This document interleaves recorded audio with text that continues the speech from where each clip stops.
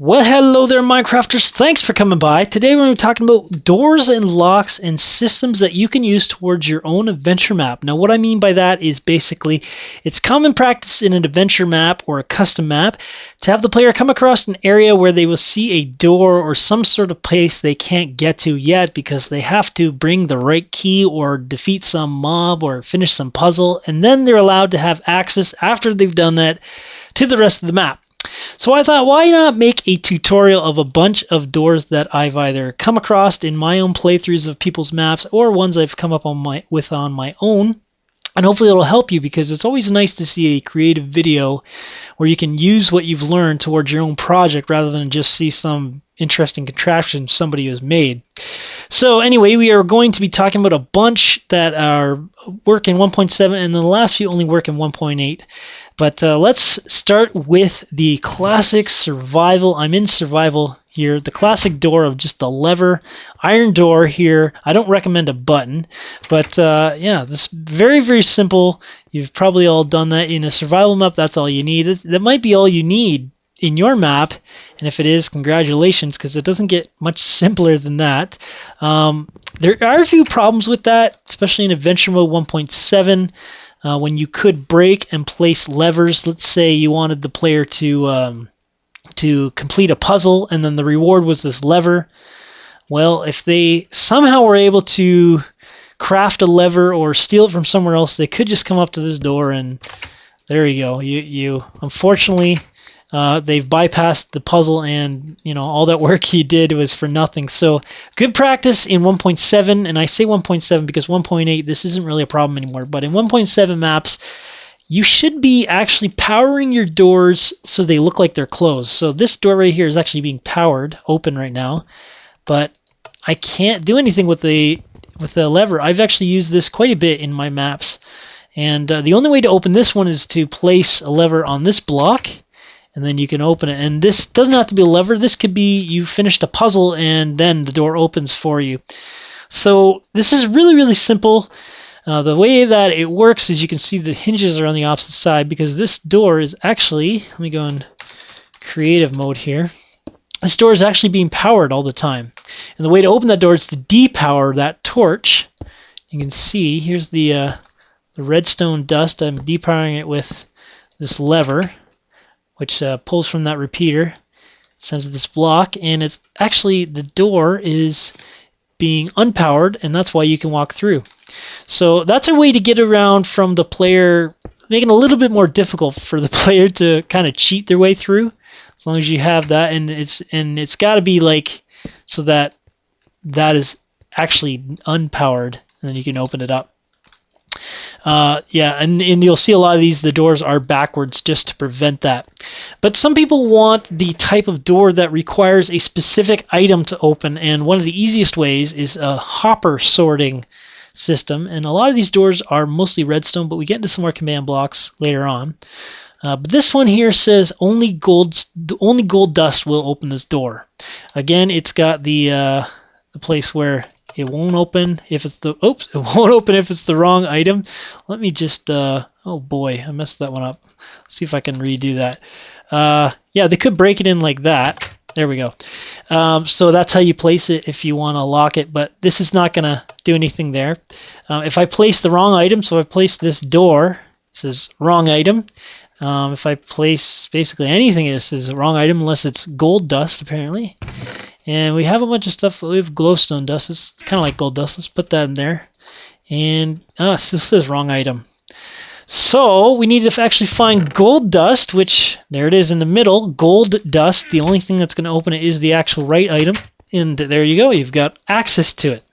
And that's sort of the hopper sorting system. This is basically how the monument works in Diversity. I'll show you how that works briefly. So what we've got is an interesting thing with hoppers here. If a hopper is placed on its side, it still will always want to drop the item right below it. And below it I have a threshold, and just keep this number in mind, 18 plus 4, or you can spread them out, but as long as it's that amount, it's only going to power that much dust, and one more item will make it power this dust, which will set off this reaction of torches This is more basic for, you could probably use most of this actually in, I think you use it all in survival mode, but it's very basic, not really any command blocks. If I put one more right item, you'll see it's going to power that and open that door because it is now technically being unpowered. Any item I put in here is going to want to go down to this hopper, but because it's only accepting gold dust, this hopper is going to push the rest over here, and I've just got a bunch of chests with a bunch of stuff I put in here. My sword, just so it, there's less of a chance for it to clog up, but obviously that is a concern. Players could put enough items to clog that up and mess it up. That has happened to me. So that's one of the downsides to this, but the other thing about it is there is a comparator here that when an item goes through that, it'll set off a reaction or a signal to say wrong item. So one little modification to this system if you want to use this, because the downside is if I put, let's see if I get that item. If I put the right item in, it's gone. Opens the door, but it's gone, which possibly that's what you want. That's how kind of the Zelda keys work. You use the key, and you lose the key. But if you put the wrong item, but it's something you want, like oh, I dropped my sword and wrong item. I'm not getting that back unless I go digging for it. One way you could modify that is just lift the whole thing up one block, break that off, and you can see here. You can imagine that's flush with the floor.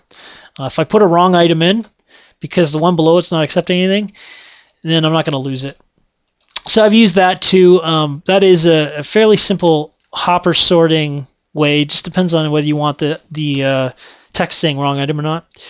But there's also other ways to have the right item open a door. And this way here is more like a player detection way. If you don't want to put any item in there, all they have to do is have the proper item in their inventory. So you can see here I don't have the golden carrot in my inventory. This here I've marked out where I have to be when I have the carrot. So I've got a carrot here, and basically I'm going to walk up, and once I get in the range here, there we go. We've opened the door. We can go in. Again, the downside is you lose the correct item, but you don't have to place it in anything. Another downside is that they could have the golden carrot that's in the map, way far away, and then they accidentally get killed, lose it, or whatever, and now they can't get into that section. So the next one will kind of fix that. But if you want to do it this way, basically, they're going to lose any golden carrot, all golden carrots. This will work in 1.7. And the way it works is the same thing. The door is, once again, normally powered. We've got this hopper clock. It's a fairly basic clock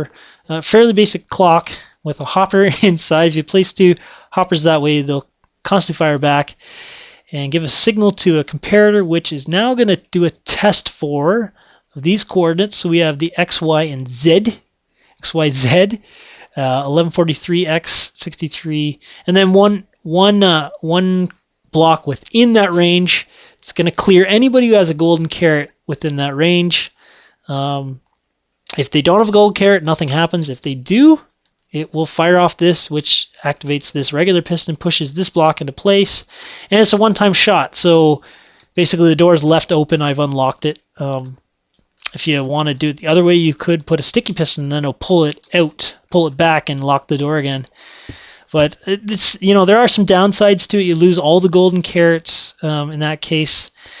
Moving on here, if you wanted to have a door where you're not going to worry about what people lose, you could have one that requires XP. So this here, let's go into survival mode. And so you can see I have no XP right now, so nothing's happening. I can't get through this door. XP you can't really lose unless you die, but we have a bunch of XP bottles, and see here nothing happens. But as soon as I add some XP, so I've got 4 levels, still can't get in. It says I need 5. Throw one more down, I got 5, and now it opens. So it doesn't matter if I lose all my items. So let me just throw everything in this chest. The door still stays open. I can get in there because it's based on what the player has as an attribute. So that's an older way to do it. Fairly simple. You can actually give XP. You don't have to actually give bottles. You can give XP if you want. But the way it works, this is a comparator clock. It's a bit faster than a hopper clock. Actually, it's quite a bit faster than a hopper clock. I'm not sure if it's any laggier. If you didn't know this, redstone dust apparently gives off no light, but there is particles, so there is some lag on particles. But here we have this test for command, and this is doing the same thing, testing for that area in front of the door, but it's also testing to see if our LM equals 5, so our minimum level has to be 5 to set off this comparator, which then does a set block, and a set block is quite a bit, it's silent, so you don't have to worry about that piston sound. If you want your door just to have silent sound, that's maybe what you want to do. The down, well, actually, one thing I noticed is if I put the LM first before the coordinates, for some reason it doesn't matter where you are. I guess it just reads off that and says, "Yep, okay, I'm done. I've done it." It kind of doesn't affect the coordinates, so I think order is important there. But of course, if you die, you had the XP. It's unfortunately you've lost that chance. So that may not be the best door for you, but it does solve that problem of losing an item. Another way to do it is if you, in this case, I have to beat this boss, or basically it's a scoreboard way. So you actually don't have to worry about losing any items, don't have to worry about dying. This is a way you can do it if you kill a boss. In this case, I am going to go, let's see, let's launch the boss. Here we go. Here's the boss. And you can see here the boss win on the side here. I have 0. I don't know if that's cut off or not, but the score of 0. And as soon as I kill this like really hard boss here, like right now I can't get in the door. I can't get to the rest of the map. As soon as I kill the other boss, oh, big battle. Dead. I've got a score of 1, and now I can get into the door. So this is all done with scoreboards based on the stat entity of killing a chicken. And this is, again, one of the best ways to do it because scoreboards are hidden. You don't have to worry about losing anything. You don't have to worry about dying. If you want to let somebody in based on that requirement, it also doesn't use a clock necessarily. It does use a clock, but it uses an item spawner, which is XP. So basically, once I'm in range, I'm not actually testing for player to be in range. It's actually the spawner is launching when the player's in range. And the nice thing I like about this is this clock. This is a clock back here, another comparator clock, but it only gets activated. Let's see if we can see it. See it flashing there in the background? Only gets activated if the player's in range. So that's going to reduce a lot of lag. I think this type of clock, and again, this I think was invented by my friend Jesper, with the item spawner clock is absolutely fantastic for eliminating lag. It's really, really important.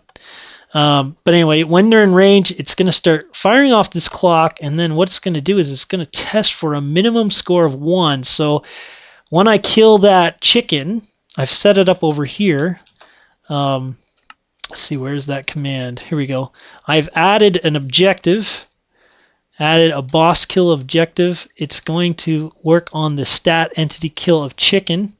So when I kill a chicken, basically I get a point, and then over here, it's going to say, okay, minimum 1, yes, and I am going to remove, there was a torch up here somewhere, repowering it, but yeah, right here, there was a torch here that got removed because this went on, and that's how that works. So that's a really good way to do it if you want sort of wireless, and also the item spawner clock, which I really, really like. You can also use this with a set block clock. Basically any type of clock, just activate it with an item spawner, and in this case it's activating with XP, because XP doesn't, an XP orb, because it doesn't create any errors in the console. And what I have here is an age. It's basically constantly dying and being respawned at this area. I'm not going to go into too much detail. I have talked about that in the past. But of course, you can check out Jesper's videos. He'll explain how to do that. I'll put a link in the description. Okay, so that's basically the kind of the useful ones in 1.7 that I've seen. Again, you can make this a piston door. You can make it anything you want. It's just the signals activating based on that criteria. I'm just gonna remove my. There we go. It closed, so you can see the torches there again. I've removed it. Okay, now these three here need 1.8 to work. There are some new commands, but they're pretty fancy. This one in particular actually wouldn't be required 1.7, but they changed some things around with adventure mode. We'll get into that later. But here we have, this one needs the correct key. This one needs the correct key. And here we have a bunch of redstone torches. Okay. Let's see, what is going to open? It's another player detected one. It's not going to open up. Okay. The spark. It's the spark from Complex. Once I have the spark, it opens up. I have the spark, and it closes behind me. So I have the correct spark. I'm not losing the item.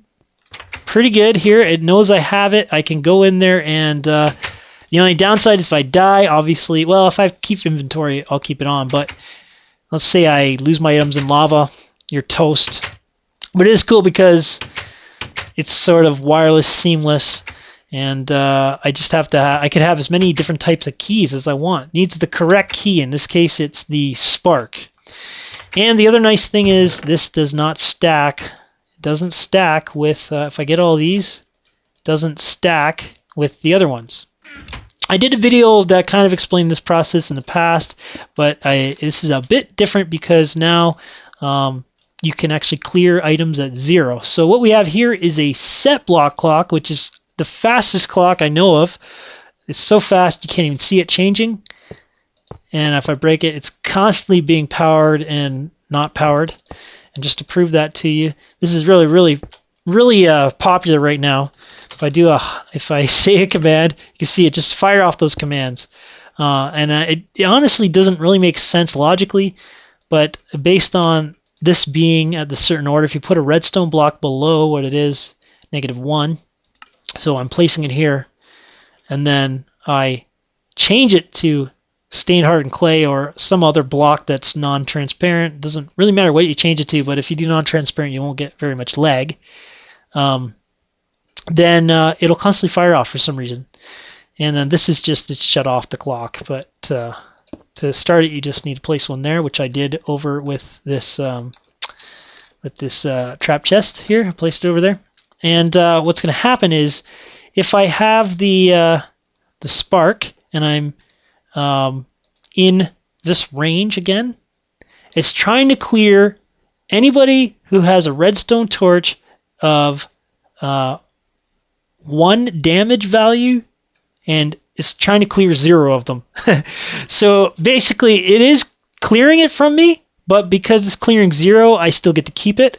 And it has a damage value of 0, so I had to use a give command to give it to me, or a damage value of 1, which means regular redstone torches have a damage value of 0. It's not going to stack with the other ones, so you can keep it separate. I also gave it a separate name.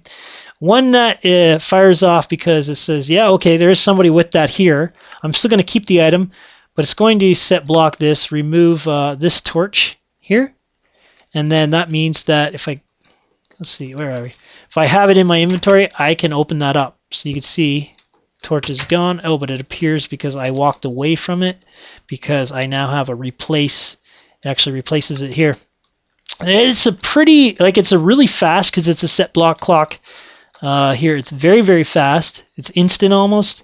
Downside to the set block clock is if it's not in the spawn chunk, if you walk away, it'll basically stop working, which means if you use an item spawner to start your set block clock, that's probably the best way to do it.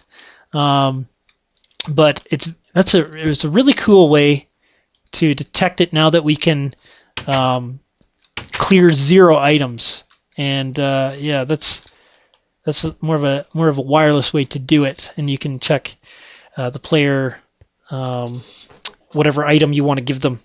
So now let's go into adventure mode here, and this is sort of the new way. I'm trying to place items. I am in snapshot 14W21B.